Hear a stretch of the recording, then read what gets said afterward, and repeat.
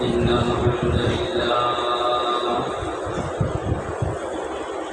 الحمد لله نحمده ونستعينه ونستغفره ونؤمن به ونتوكل عليه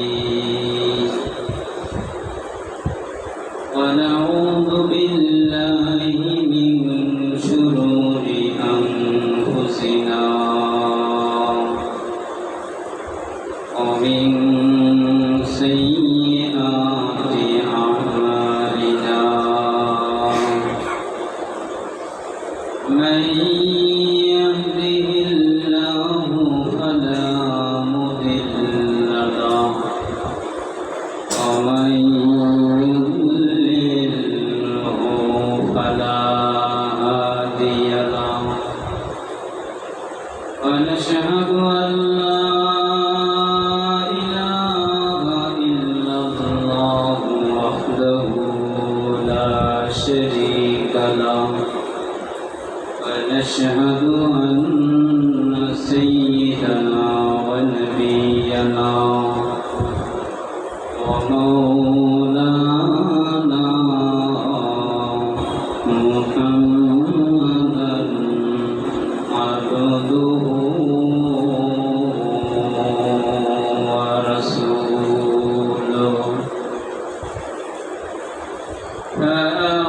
فأعوذ بالله من الشيطان الرجيم بسم الله الرحمن الرحيم لو أنزلنا هذا القرآن على جبل لرأيته خاشعا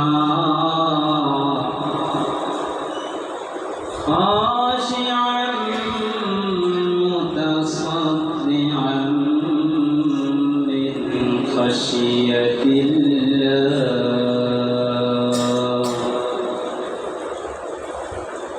وقال تعالى في شان حبيبه إن الله وملائكته يصلون على النبي يا أيها الذين آمنوا صلوا عليه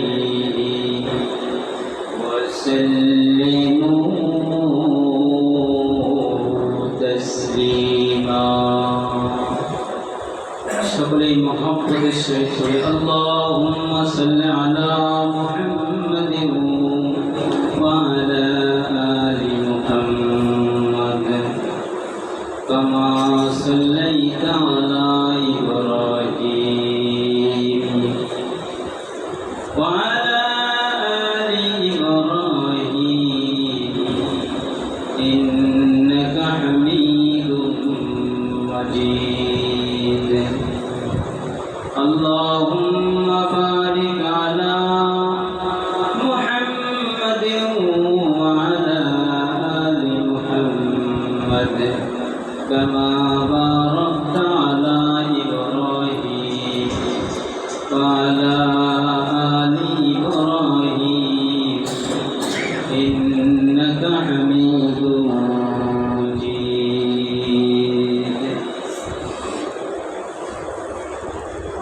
الحمد لله দিন প্রিয় ইসলাম প্রিয় সম্মানিত তৌহিদি জনতা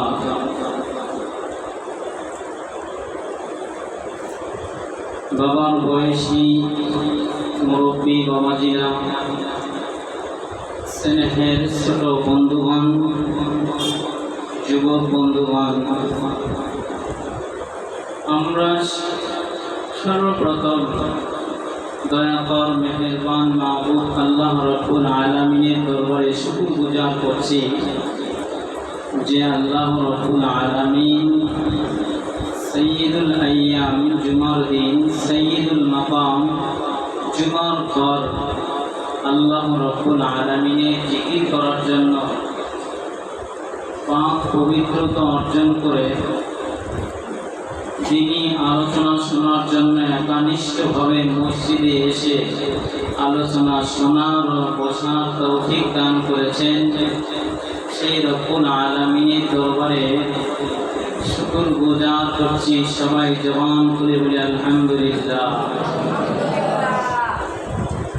সংক্ষিপ্ত আকারে দুরূদ ও সালাম পাঠ করছি আপনার আমার নবী বিশ্ব নবী জনাবে মুহাম্মদুর রাসূলুল্লাহ সাল্লাল্লাহু আলাইহি ওয়াসাল্লাম।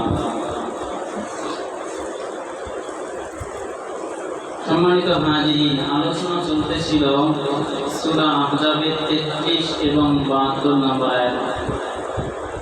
72 এবং 73 নম্বর আয়াতে আলোচনা চলছিল। আলোচনার বিষয়বস্তু বলছিলাম যে ইসলামে আমানাতের দামও পড়ছে।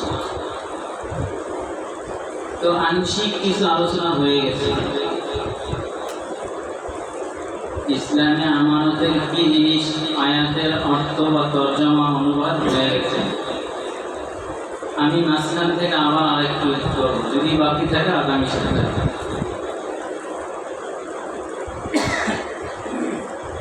আল্লাহ রাব্বুল আলামিন কুরআনুল কারীমের 33 এবং 34 নম্বর আয়াতের মধ্যে আল্লাহ রাব্বুল আলামিন বলতেছেন, বান্দা তুমি জেনে রাখো ওয়া ইয়াতুবাল্লাহু আলাল মুমিনিনা ওয়াল মুমিনাত। বান্দা ভুল করে না, সে যদি মুমিন হয়, বান্দা ভুল করে সে যদি মুমিনাত হয়, আর আল্লাহর সাথে যদি ভাঙা সম্পর্ক জোড়া লাগায়, আর আল্লাহর কাছে যদি তওবা করে ফিরে আসে, রব্বুল আলামিন আমি বুঝতে পারি নাই, এখন আমার বোধ হয়েছে, রব্বুল আলামিন আমার জিম্মাদারি আমি বুঝতে পারি নাই, অথবা আমার জিম্মাদারি বুঝতে পারার পরেও মিস্টেক হয়ে গেছে। আল্লাহ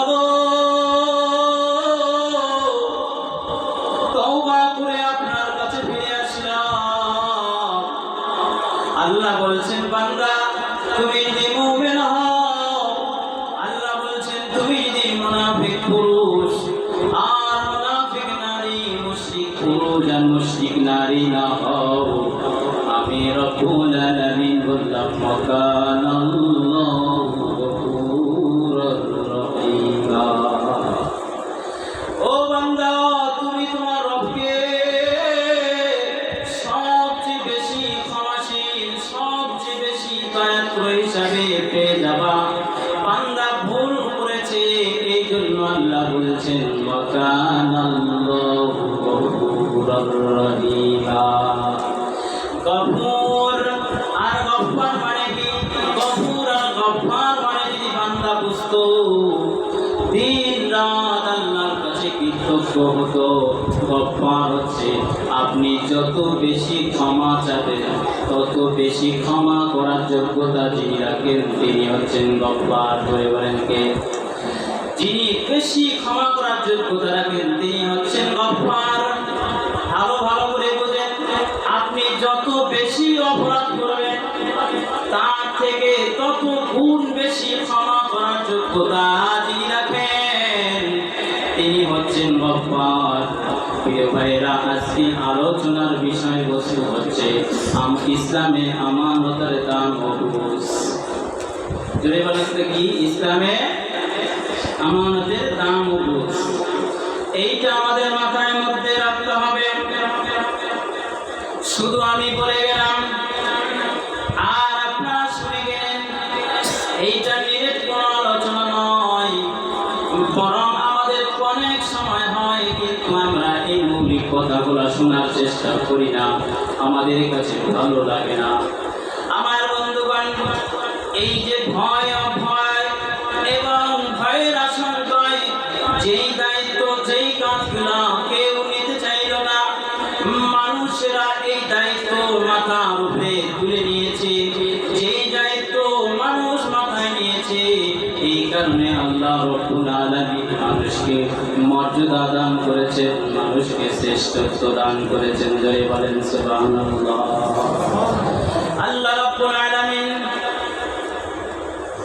কোরআনের ব্যাখ্যা কোরআনে বলতেছেন, লাউ আনজালনা হাযাল কুরআনা আলা জাবালিন লারাআইতাহু খাশিআম মুতাসাদ্দিআন মিন খাশিয়াতিল্লাহ। আল্লাহ রাব্বুল আলামিন বলেছে, ও বান্দা,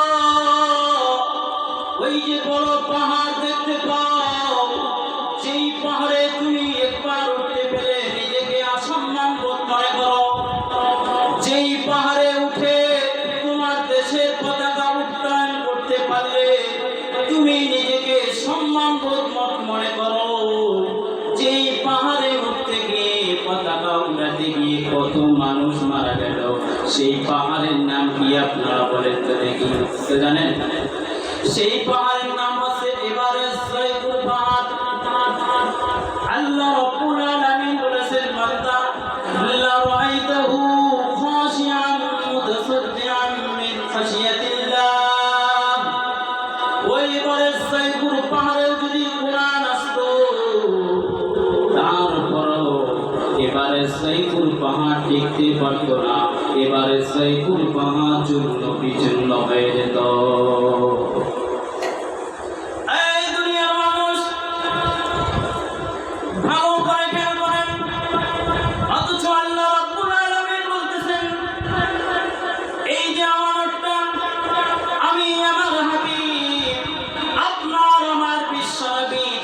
মুহাম্মদুর রাসূলুল্লাহ সাল্লাল্লাহু আলাইহি ওয়াসাল্লামের কলবে দিয়েছি, কিন্তু আমার আপনার নবী বিশ্ব নবী জনাবে মুহাম্মদুর রাসূলুল্লাহ সাল্লাল্লাহু আলাইহি ওয়াসাল্লাম একটু আলোচনা করে নাই।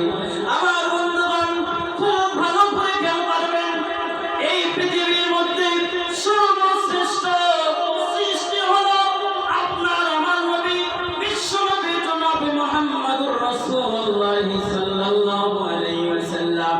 আমার বন্ধুগণ, পৃথিবীতে যত নবী রাসূল আসুক, আমার আপনার নবী বিশ্ব নবী জনাবে মুহাম্মদুর রাসূলুল্লাহ সাল্লাল্লাহু আলাইহি ওয়াসাল্লাম সবার আগে জান্নাতে প্রবেশ করবেন। জয় বলেন সুবহানাল্লাহ।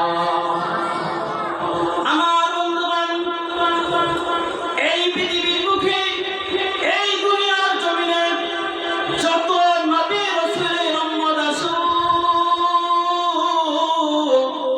আমার আপনার নবী বিশ্ব নবী জনাবে মুহাম্মদুর রাসূলুল্লাহ সাল্লাল্লাহু আলাইহি ওয়াসাল্লামের উম্মত সকলের আগে জান্নাতে প্রবেশ করবে। জোরে বলেন সুবহানাল্লাহ। আমার বন্ধুগণ, কোনো দিককার নাই। কেন আল্লাহ এই মর্যাদা আমাদেরকে দিয়েছে? কেন রব্বুল আলামিন আমাদের নবী বিশ্ব নবী জনাবে মুহাম্মদুর রাসূলুল্লাহ সাল্লাল্লাহু আলাইহি ওয়াসাল্লামকে এই শ্রেষ্ঠত্ব দান করেছেন?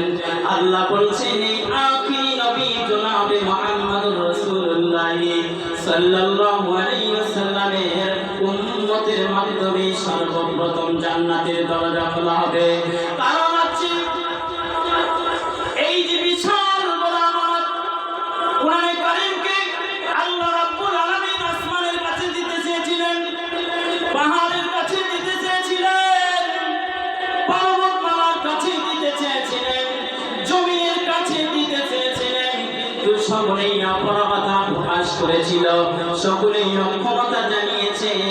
কিন্তু মানুষের কাছে যখনই দায়িত্ব দেওয়া হয়েছে, তখনই মানুষেরা এই দায়িত্ব চাপিয়ে নিয়েছে।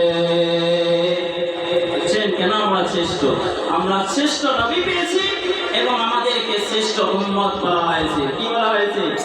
এইখানে তাফসীর শুধু কানশিট করবেন না, এখানে উত্তর আছে কেন আমরা আমাদের নবীকে সর্বশ্রেষ্ঠ মানব হিসাবে ঘোষণা করা হলো এবং আমাদেরকে কেন শ্রেষ্ঠ উম্মত বলা হলো।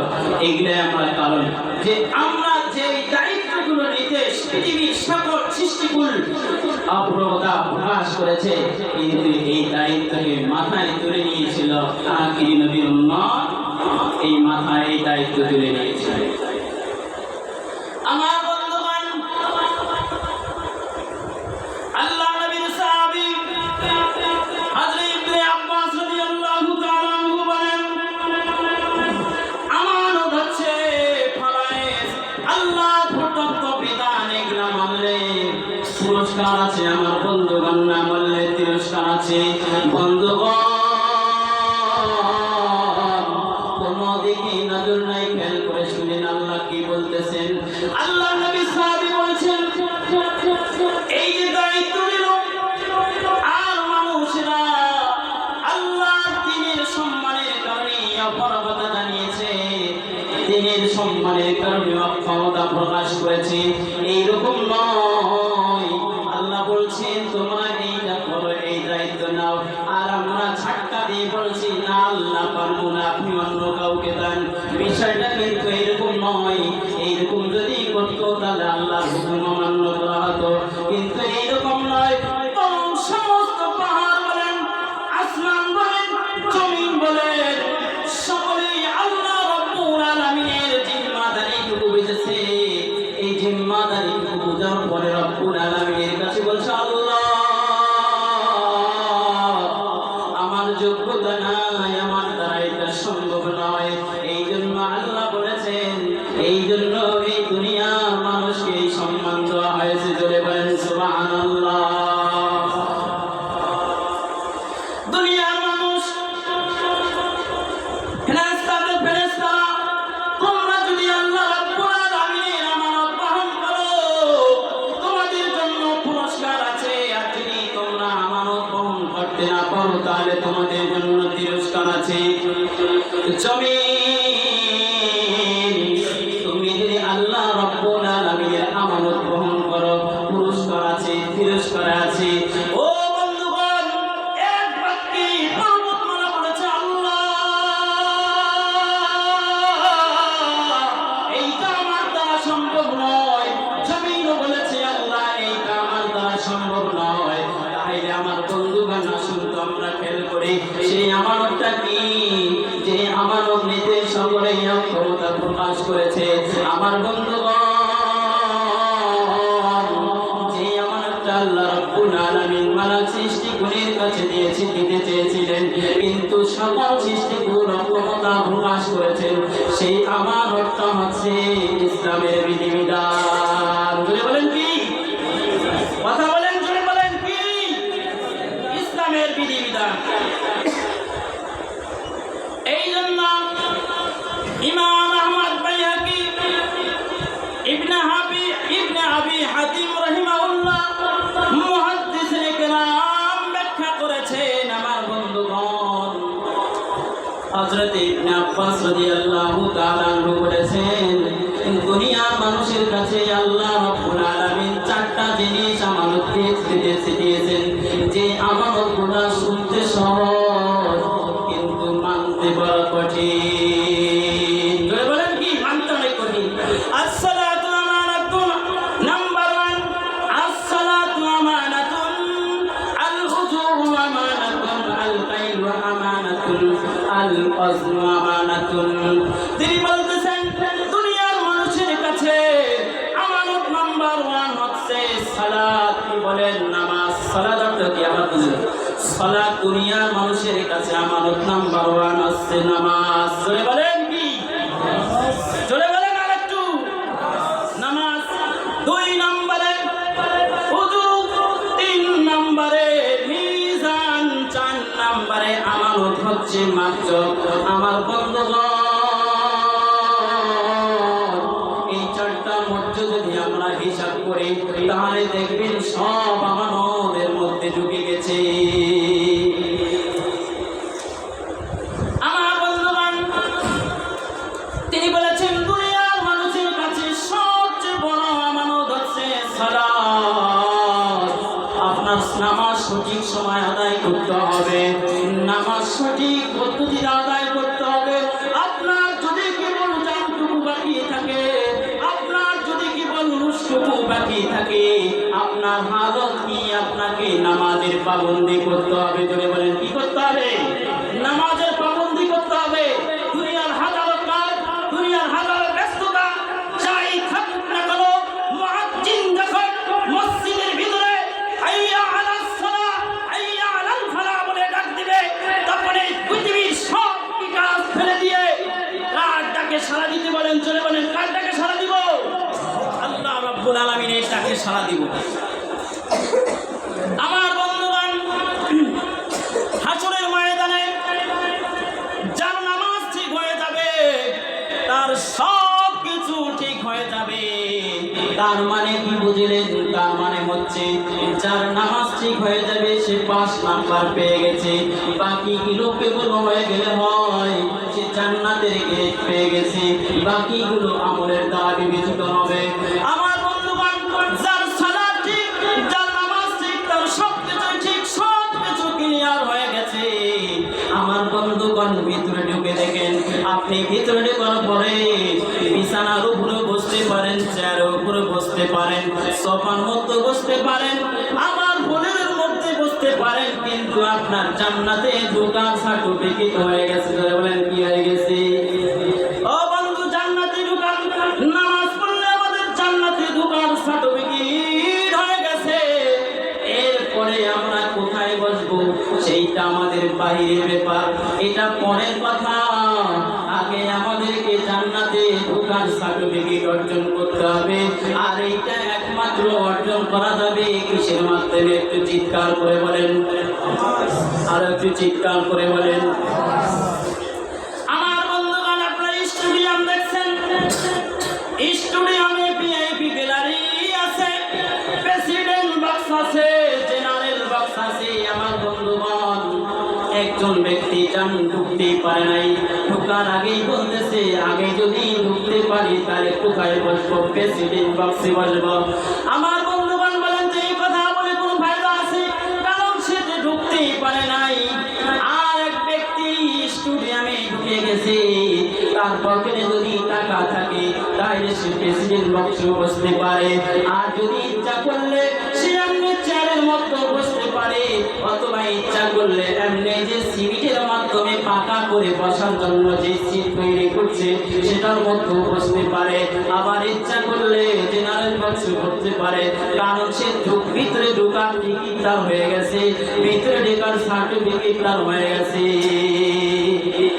আমার বন্ধুগণ, এই জন্য আল্লাহর নবীর সাহাবী হযরত আব্দুল্লাহ ইবনে আব্বাস রাদিয়াল্লাহু তাআলা বলেছেন, দুনিয়া মানুষের কাছে 1 নাম্বার আমানত হচ্ছে নামাজ। যার নামাজ ঠিক হয়ে যায় বন্ধুগণ, তার সব কিছু ঠিক হয়ে গেছে। আল্লাহ বলছেন সে নিশ্চয়ই জান্নাতে, সে নিশ্চয়ই জান্নাতে প্রবেশ করবে।